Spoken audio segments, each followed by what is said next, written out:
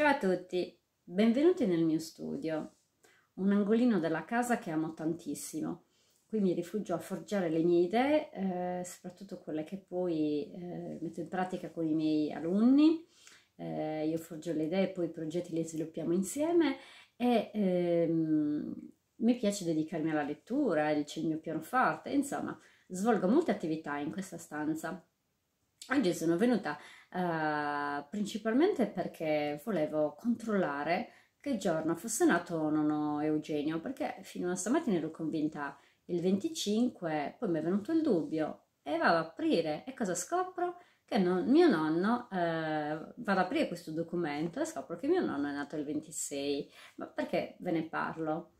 Perché in mano ho un cimelo. Questo è un passaporto appunto del babbo di babbo, del nonno Eugenio, che chi di voi ha conosciuto, lo vedete, chi di voi l'ha conosciuto lo ricorderà benissimo. Questo è un passaporto dell'epoca della monarchia, quindi il pre-repubblica. E mio nonno, ora ve lo mostro, ve lo ricordate? Eccolo qui.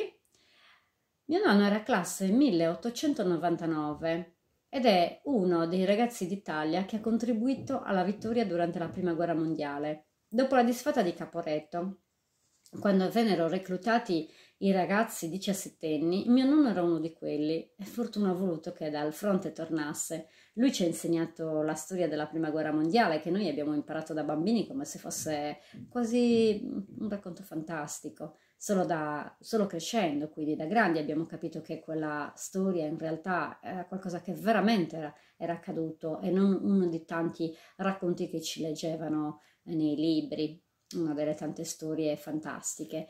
Certo, uno ci ha raccontato anche delle parti tristissime di quella guerra, ma ci ha fatto tanto legare grazie a lui ci siamo legati alla canzone del Piave, un canto sacro che loro cantavano durante la guerra, prima chiaramente di vincerla.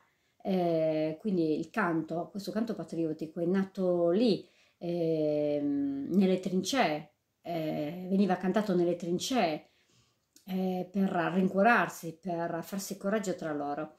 E oggi ho piacere di raccontarvelo perché appunto dopodomani sarebbe stato il suo 124esimo compleanno e ogni occasione è buona per parlare di lui. Poi mi faceva piacere mostrarvi appunto questo che è un pezzo storico che riguarda